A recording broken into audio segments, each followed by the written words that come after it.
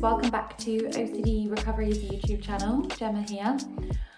I wanted to do a video today about feeling the fear and doing it anyway. So something I get asked a lot, that is my cat going across the screen if you were going to ask that, yes. Something I get asked a lot is when doing exposure, so when doing anything that feels uncomfortable, what can I do to deal with that emotion? Unfortunately, the answer that I have to give every single time, because it's the only answer there is nothing. And that's not what anyone wants to hear. It's definitely not what I wanted to hear. It's not what any of the other people that work with OCD recovery enjoy hearing, any of the people that listen to the YouTube videos. There's not one person that is happy about the fact that there's nothing, well, there is things you can do, but anything you can do whilst feeling uncomfortable. If you're doing something to change the way you're feeling because you feel uncomfortable, it's a compulsion, regardless of what that thing is. Even if it's not an obvious compulsion, even if it's just something, I'm trying to think of an example of something that people may not think is compulsive that is. I mean, reassuring in your head is definitely one. And sometimes people don't think that can be compulsive because we're supposed to dispute and we're supposed to, work out these beliefs on paper and kind of give ourselves a more grey view of things rather than a complete black and white view of things. So quite often people can then end up disputing in their head when they're feeling triggered, and kind of justify that as, well, I'm not reassuring myself because I'm also looking at, maybe my worst case scenario will happen. But anything that's used in the moment as a way of reducing anxiety is compulsive. I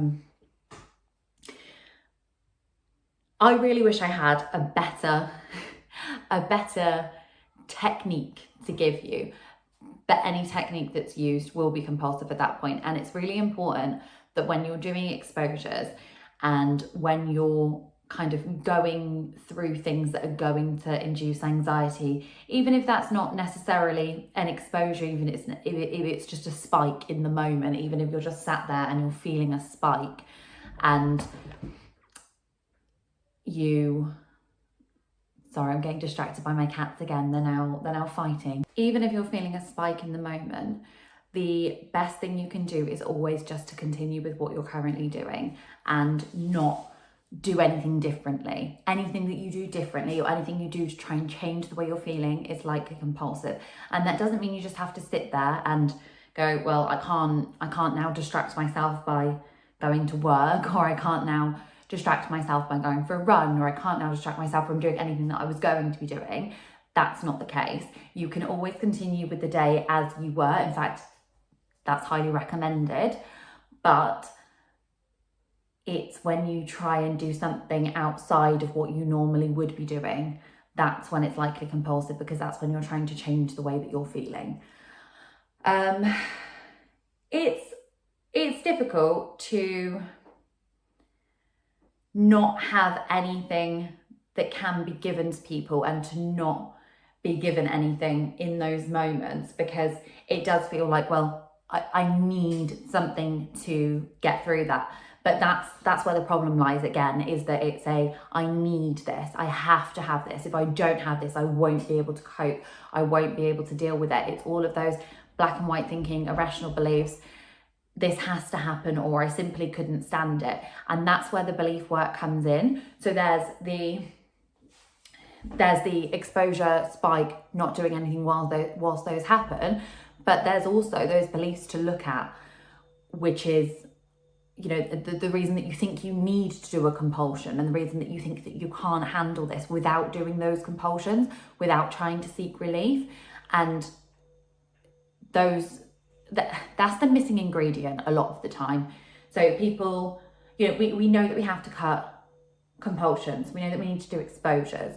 We know that we need to sit with the anxiety. However, a missing component a lot of the time is disputing, because it's important to break down why you feel like you have to have that and why you don't feel like you can stand it if you don't have that, because that's where you realize over time, you're not going to realize in the moment, but that is where you realize over time that your beliefs are irrational. Everyone's, until you've done like a really good amount of work on your beliefs, everyone's beliefs are quite irrational, thinking that you need these coping mechanisms and you need these things in order to feel okay, and thinking that if you don't have them, you won't be able to cope. What does that mean? I won't be able to cope.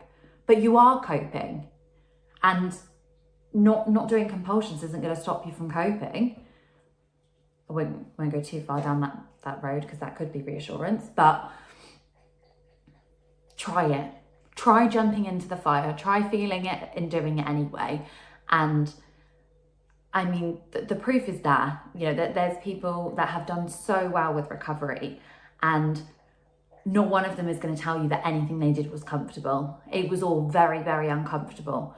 But you make the most progress when you feel really uncomfortable, because you're showing your brain that you're not scared. You're showing your brain that you can handle it, and you're going to continue what you're doing regardless of how you're feeling. And when you start to prove that to your brain through your actions, that's when your brain starts to think, okay, maybe it's not as scary as I think, and maybe, you know, I can kind of slow down on that fear response, which is why it's so important to induce that fear response initially, to show yourself that you can handle the fear response.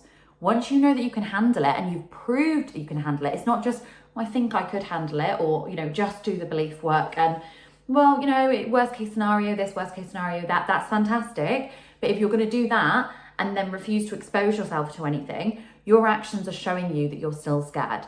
You need to not only change your beliefs, but change your actions. Not only change your actions, but change your beliefs. They need to be hand in hand in order to have the biggest impact, because changing your actions is going to change your beliefs to an extent, but extra belief work is likely needed on top of that, because you've spent years with these irrational beliefs. It's going to take some time to change that. It's going to take some time to turn them into rational beliefs, but it's certainly possible, and throwing yourself into the fire is really, really important, and you'll make a lot more progress that way than the way that we all try and do it, which is tiptoeing in and going, oh, you know, I'll do this, but then I'll pull back, and I'll do this, and then I'll pull back.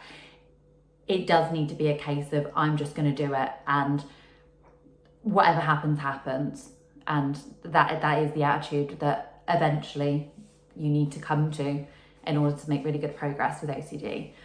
Thanks for watching, guys. And if you have any particular videos you want me to do, just pop a comment below. Thank you.